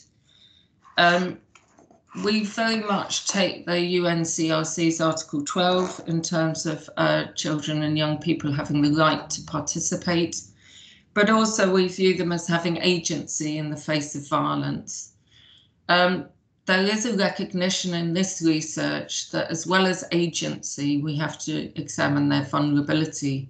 So we take some of Filmers and Yao Afosikusu's work, and also understand agency as being relational. And indeed, we see it as being very embedded within families, peers, and communities. And the intergenerational power dynamics is also really important here, understanding cultural transmissions, intergenerational transmissions of poverty, and also understanding the subjective indicators of well-being from both girls and their mothers, but also these notions of power, participatory space, where do children and young people feel comfortable, where can they speak, and also the intergenerational performance and the way in which the dynamics between generations are performed and negotiated. A summary of who we talked to. So in the first piece of research, which was funded by the UN and Comic Relief, we talked to over 300 street-connected girls, 48 of which we followed up in detailed case studies. So we talked to their parents as well as to the girls. And you can see that this is a picture which is pre-pandemic. We use very, very participatory and visual methods, and in groups where people were able at that time to be together. We also talked to key informants and people in positions of power within communities. So we talked to local police officers, teachers, village elders, chiefs, and people who could really take this work on board and for the evidence to inform their practice as well. In the revisits, we just went and actually talked in a lot of detail to 11 young women, and the team actually came across a young man who was a sibling and also talked to him in depth, and that was funded, as I say, by GCRF. The kind of research that we were doing was to use creative visuals. So on the left, you'll see rivers and roads of life, what have actually facilitated and helped young people in their lives and street situations, and what have been difficult issues, problems that they've come across, and how have they overcome them. Network diagrams which show who have supported young people. This can be formal services, informal, you know, my auntie's house, for example. On the right hand side, you've got a tree which was actually made up by the team to look at root causes of poverty, for example, and then the kind of support up the trunk and the kind of ways in which they could achieve their aspirations in the fruits. So again, we conducted a 6-month period of research previously where we worked with focus groups of girls. We went to schools, we went out of schools, we went on to the into the informal settlements, even onto the rubbish dumps where they live. The young researchers worked together to in a face-to-face actually analyse the information. But what was it actually like doing research to revisit researching on the Edge during the pandemic? It was very, very different. So it really required the trust of the partners. So I don't think that we could have done these revisits without having previously worked with these partners, and they were quite an awesome team. The team composition included young researchers who'd we worked with before, who went and worked with young people on the streets, but also really importantly, social workers who were able to help us to track girls because they were giving them support during the pandemic, but also provide psychosocial support, both for the participants, but also for team members. Looking at safety on the streets, and that was not just the usual safety issues that we need to look at in these very potentially violent and dangerous areas of Nairobi, but also doing continuous risk assessments for COVID and having fully following COVID protocols. Data analysis was in remote workshops, so we all got together in remote workshops and did team thematic analysis, quite challenging. And also what we wanted to do was think about this ethical dilemma of how do we represent street-connected young women on the edge as being vulnerable, but also having agency despite the discrimination and uncertainty that they face in often abusive and difficult situations. So just to put it in context, so the previous research has really informed Pentecostal Letters' implementation programs of social protection at an individual, household, community, and actually feeding through to a national level. And where girls face multiple risks, we've actually needed to coordinate with criminal justice system and family counselling. And I'll talk a little bit more about that later. I am aware we're quite short of time. The individual goes right to the psychosocial support for the participants when needed, and also to signposting. And the work of Pentecostal Letu has worked far more moving from an individual to community child protection committees.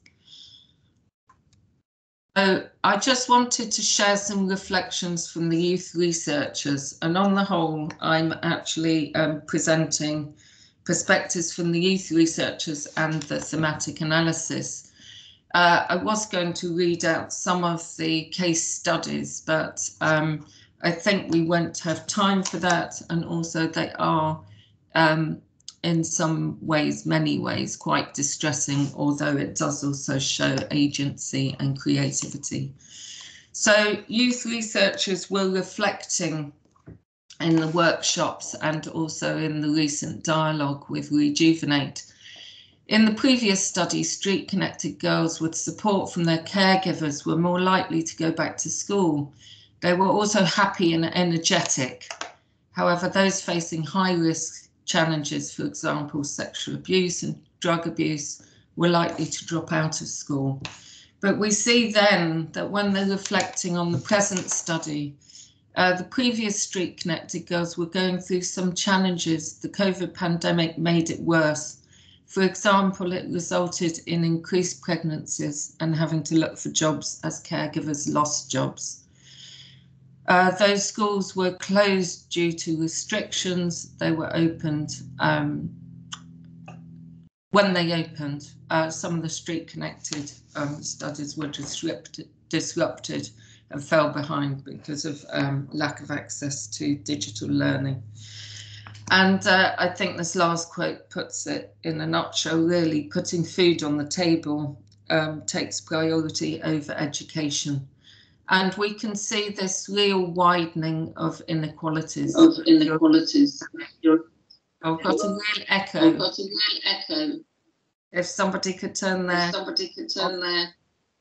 everyone turn their mics off. I can't hear myself. Thank you. So coming on to the results and the way that we're conceptualizing vulnerability and agency, we can see here that we've had to actually understand girls' lives as being very different depending on what kind of support they have and what kind of background and relational agency they can rely on. So what is the support they're getting from peers, family members? What's the situation they're in? So we've created a spectrum of vulnerability from the 2006 work, and this is published, but we have to see that in some ways, as we have more vulnerability and increasing risk, we actually have intervention which is about protection, about providing psychosocial counselling for individuals, for families, and to try to address the issues of dysfunctional families, abuse, substance abuse, criminal activity.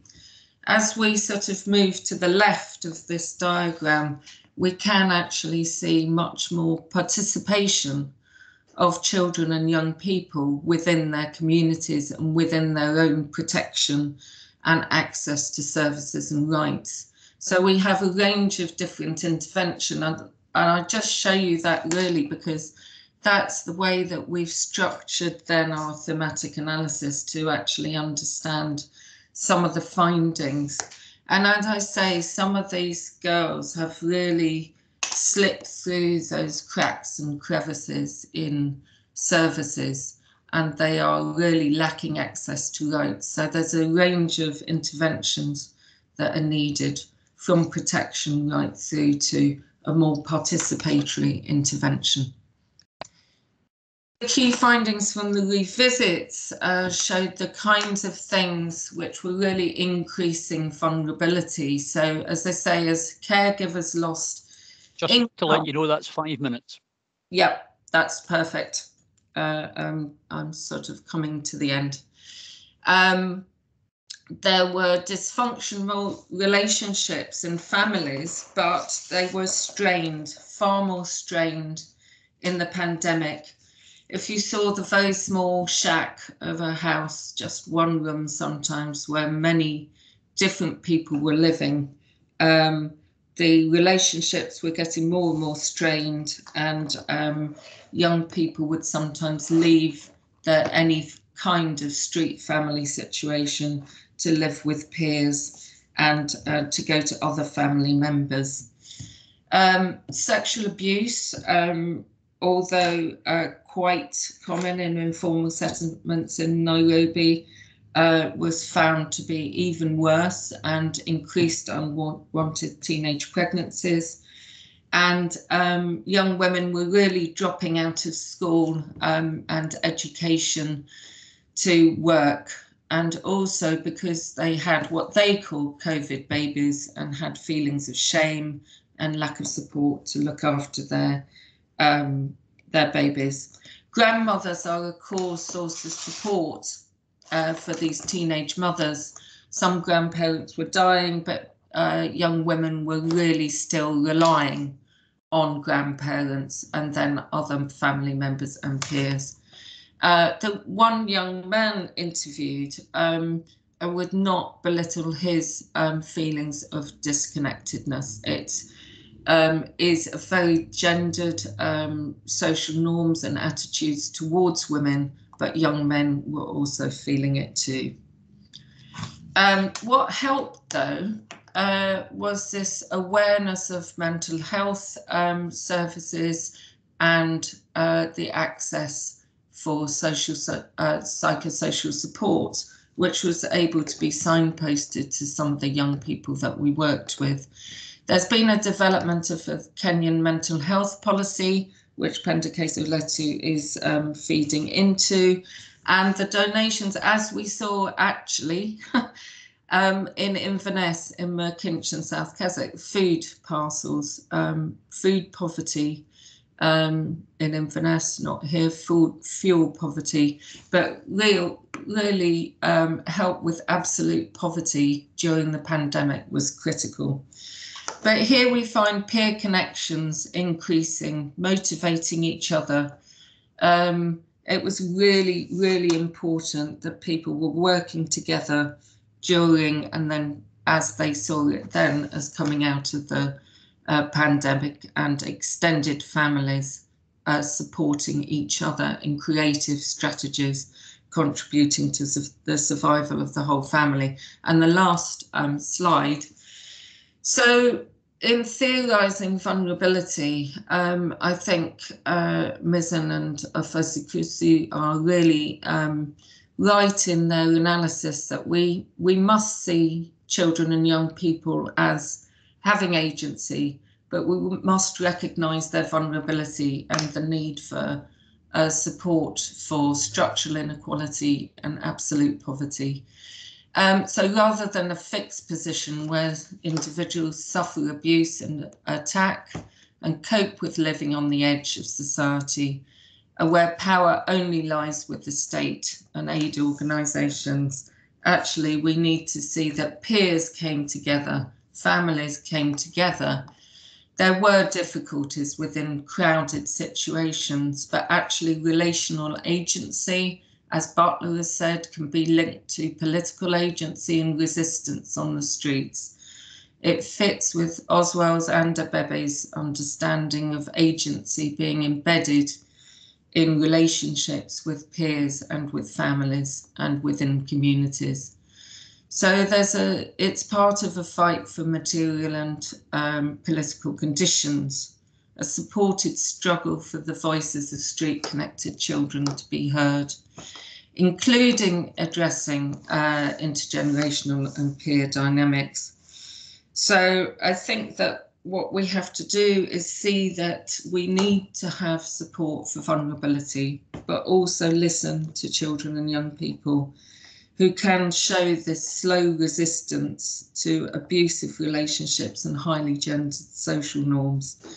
And I like Katz's work, Cindy Katz, about supporting resilience, but also this resistance, slow resistance, and challenging these social norms and the discrimination towards street-connected young people, and particularly street-connected young girls. Thanks. Thank you very much. That was fascinating, very interesting, and very challenging as well. I believe that all microphones are unmuted at the moment, so if anybody wishes to open their microphone and ask any questions, please feel free to go.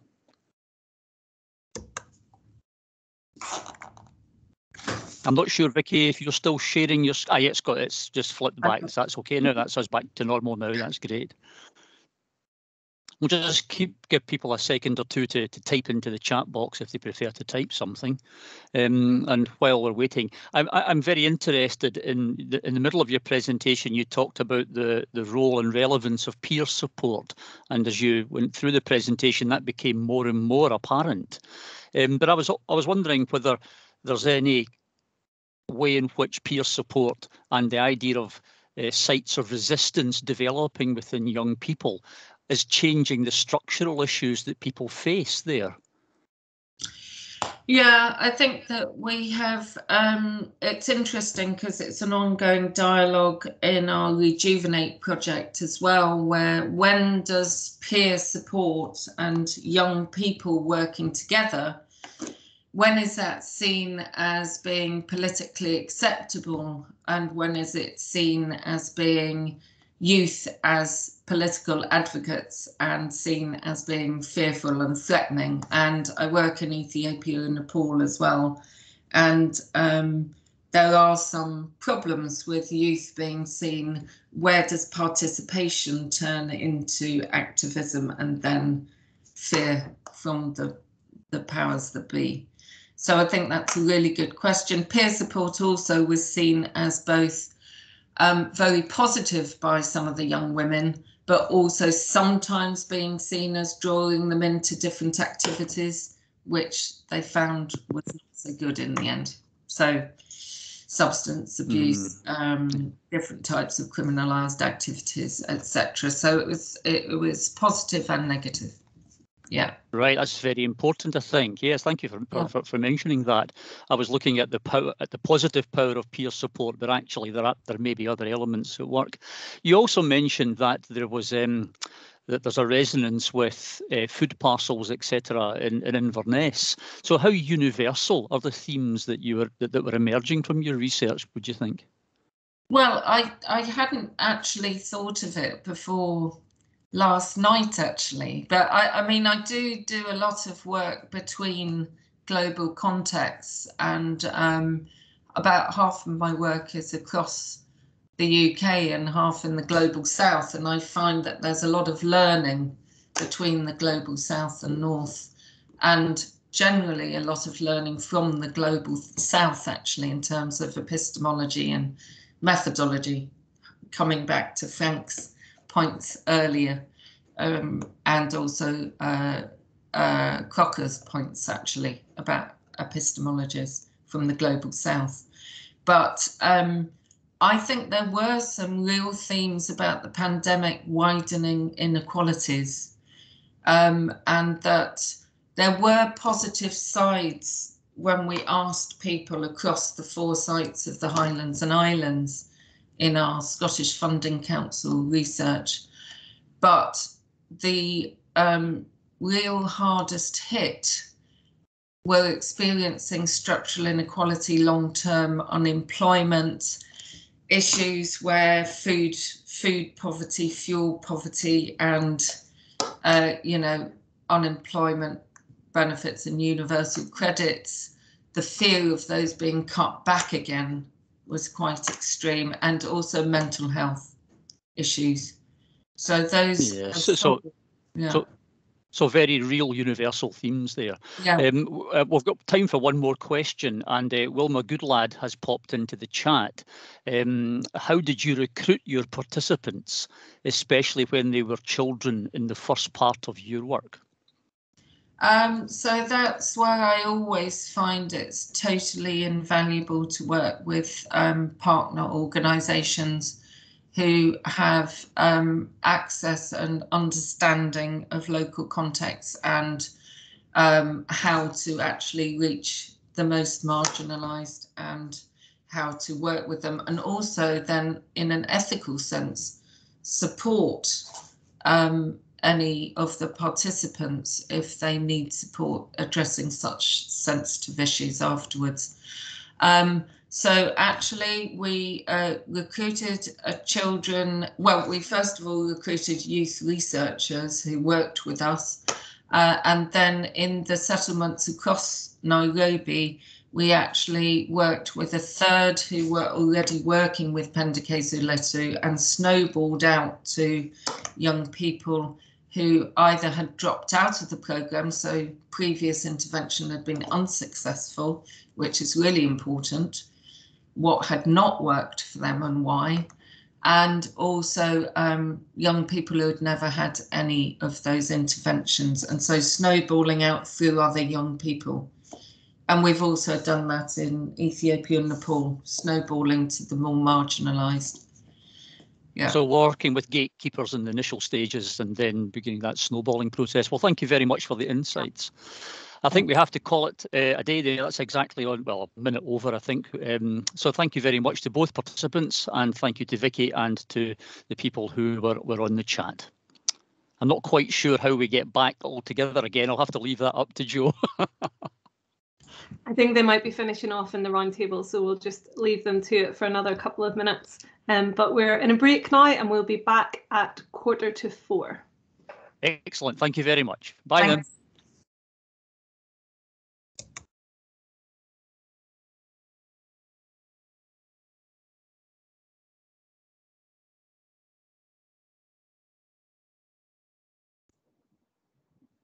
Hi, Joanna.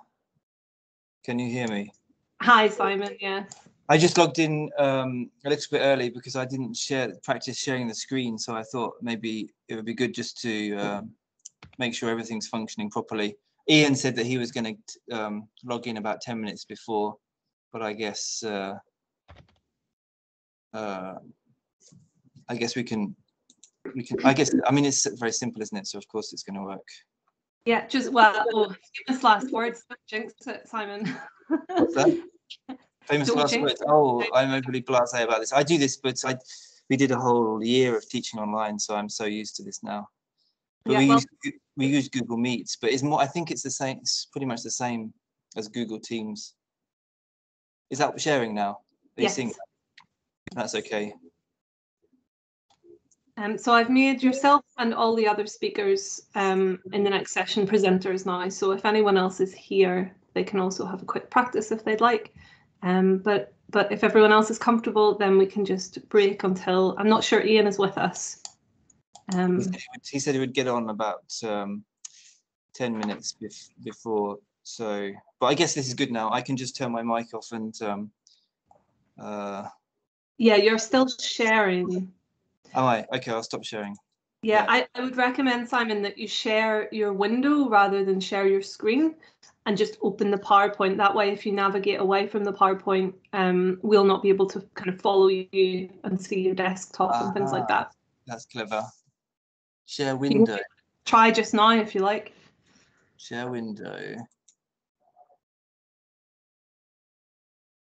And what does that then share if you share the window?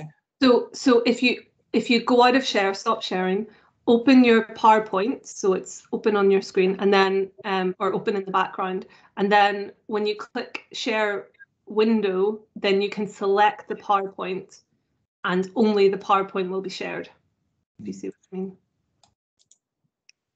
Aha, clever. So that's that. Yeah, that looks great. And that way, if you do have to navigate away from it, we don't see it. We don't see it. I see that Ian has joined us. Oh, I was here all along. I just turned my camera on so you could see me. Hi, Ian, Joe. Is it okay if I just have a quick experiment like Simon, Joe, share? Yeah, work away. I'm just going to go and speak to the round table folk and bring them back in because they're all stuck over there in the ether. So I'll leave you to it in Ian's capable hands. Are we still recording this? So can we pause it? Yes, I'll pause it just now. Thank you. Thank you.